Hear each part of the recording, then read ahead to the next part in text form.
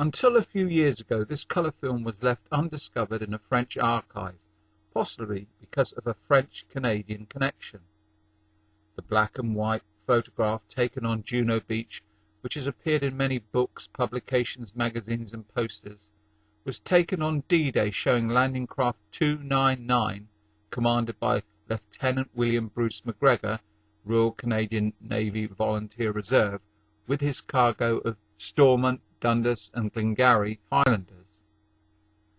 The photo highlights the courage and tenacity of the Canadian troops in the face of dogged enemy resistance.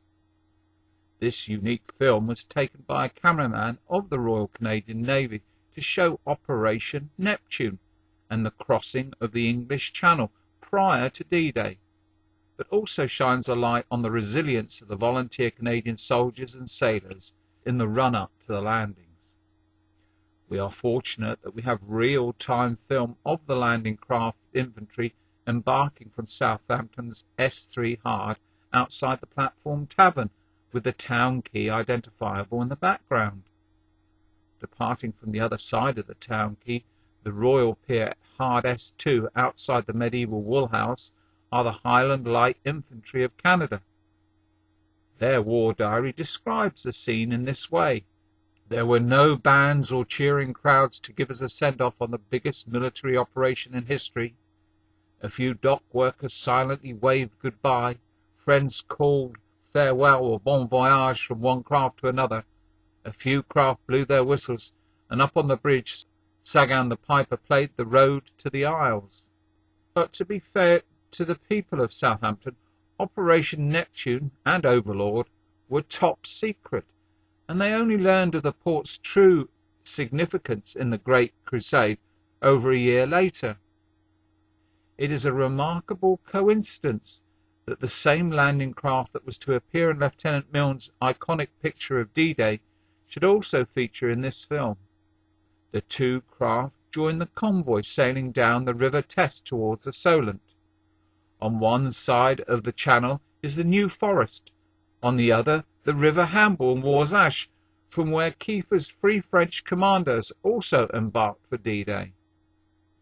The landing craft in the film join other vessels in Task Force J, sailing alongside a landing craft gunboat armed with two 25-pounders, ready to support the smaller assault landing craft, who are also in the convoy.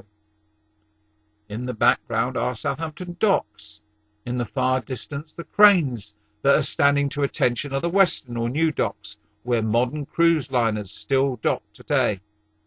Already at anchor in the lee of the Isle of Wight is His Majesty's Canadian ship Prince David, a converted passenger liner, now acting as a troop ship. On board is Mr. Gorsline, born in Collingwood, Ontario, serving as a radar operator. On June the 3rd, we went up to Southampton, and we loaded our troops in Southampton, which was Le Regiment de Chaudière, French-Canadian unit, and we loaded them on the 3rd because the invasion was supposed to have been the 5th, which of course was delayed for an extra 24 hours. But once we had loaded our troops, then again we were just back at anchor in the Solent, waiting further instructions. As Landing Craft 299 sails down Southampton water, she passes His Majesty's Canadian ship Cowichan, a Banger-class minesweeper that served in the Royal Canadian Navy during the Second World War. She was named for Cowichan Valley in British Columbia. On the 5th of June, the all-Canadian 31st Minesweeping Flotilla arrived off Point Barfleur in France and began minesweeping the American sector at 1900 hours. Unmolested by German shore positions, the minesweepers finished their task by 05:15 on June the 6th. At Calshot Spit, sailors row out from the Royal Navy base at Calshot to join a ship and deliver the mail. The ships in the film form a convoy and head for the first reference point on the way to Piccadilly Circus. Known as the Southampton Roads, the Calshot lightship, without the name emblazoned on the side so as not to aid the enemy. Some of the navigation was too good for the lightship, that was hit twice by landing craft. She can now be seen as a permanent land-based attraction at the Solent Sky Museum in Southampton. Crossing the English Channel is a key element of Operation Overlord, with many possible pitfalls. Poor coordination between the fleets, errors in navigation by one or more convoys, undetected minefields, attacks by U-boat, E-boat, or the Luftwaffe. On board His Majesty's Canadian ship Prince David, Mr. Gorsline describes the anxious mood of the troops. There was one thing that was noticeable to me then, and I saw it on other occasions, but the Chaudières were top-rate troops, and they were very anxious to get ashore. And this is where the difference in training. I mean, I felt quite at home and safe on the ship because that was where I was trained. But the soldiers were scared when they were on the ship and they couldn't get off it fast enough. In total, the Armada for Operation Neptune consists of 5 major forces, 1 for each beach. 8 to 16 separate convoys in turn make up the top 5. All of these forces represent more than 5,300 ships of all types, plus 4,000 relay ships between shore and offshore vessels. The operational plan divided Juno Beach into 2 main sectors, Mike West and Nan East.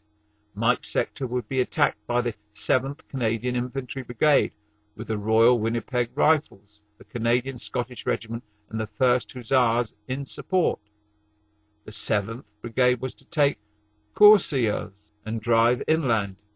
Nan sector would be assaulted by the Regina Rifle Regiment of 7th Brigade, as well as the North Shore Regiment and the Queen's Own Rifles of Canada of the 8th Canadian Infantry Brigade, while tanks of the Fort Garry Horse provided armoured support. A squadron of specialised armoured vehicle Royal Engineers from the British 79th Armoured Division would land on each beach sector as well. The 8th Brigade was to capture Bernières and the western edge of Saint-Aubin, then push south into Normandy. The operational plan also called for the 9th Canadian Infantry Brigade and the Sherbrooke Fusiliers to be deployed to Juno as reinforcements within 4 to 6 hours of the initial assault. By nightfall of D-Day, the 3rd Canadian Infantry Division was slated to have captured the high ground west of Caen, the Bayeux-Caen railway line, and the seaside towns of Courcelles, Bernières, Saint-Aubin, and Berny-sur-Mer. Mr. Gorsline talks about the night crossing to Normandy. Well, it was early in the evening when we left, and of course there was hundreds of other ships, and we ourselves were traveling in line astern, they call it, with and of course during the night there was a lot of activity. I was in the radar cabin, of course, at action stations most of the time, but you're not on the radar all the time. You're relieved because of your eyes and so on. So I had some time to get out and get a bit of fresh air from time to time, and all that night was just a constant roar of the aircraft going over, the bombers going in to bomb both the beaches and the other transportation system and so on. And then around midnight, I guess, so I was out, and again there were just hundreds and hundreds of the aircraft, which were the paratroopers, and so that all night there was always, any time I was out of the radar cabin, it seemed there was always just a continuous roar of aircraft. That the minesweepers, of course, went in ahead of us, and they set out buoys on each side of the channel, so that as we were going down the channels towards the beaches, we had a somewhat of a light. They were concealed lights, but it was just a matter of each row of these ships following their way down the thing, and we we got off the beaches around, if I remember rightly, around 5:30 or so to our anchorage, which was about 5 miles off the beach, which was at Bernier-sur-Mer. The A and B company were the leading companies to hit the beach first, and then our company C went in behind A, and D company went in behind B as the reinforcements. And then the idea is if we didn't make it, the Chaudières were supposed to come behind us. And then the North Nova Scotian Highlanders are coming in behind them. And that was the pattern to give continuity of the attack. Our first two companies, they were delayed their approach to the beach, waiting for the tank support. The tank support was supposed to come up and get out and silence the positions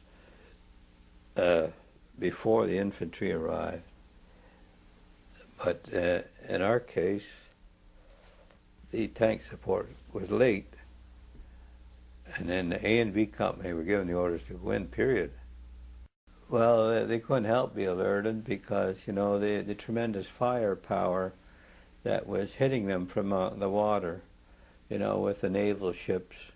And then we had flat decks of rockets, and maybe 1,000 rockets aboard one of the flat decks that they sent up in volleys. And they were supposed to clean up the beach and help knock out a lot of the mines that might be on the beach and maybe take care of the beach defenses. But a lot of the defenses were still secure as our first two companies went in. And the first two companies did a tremendous job.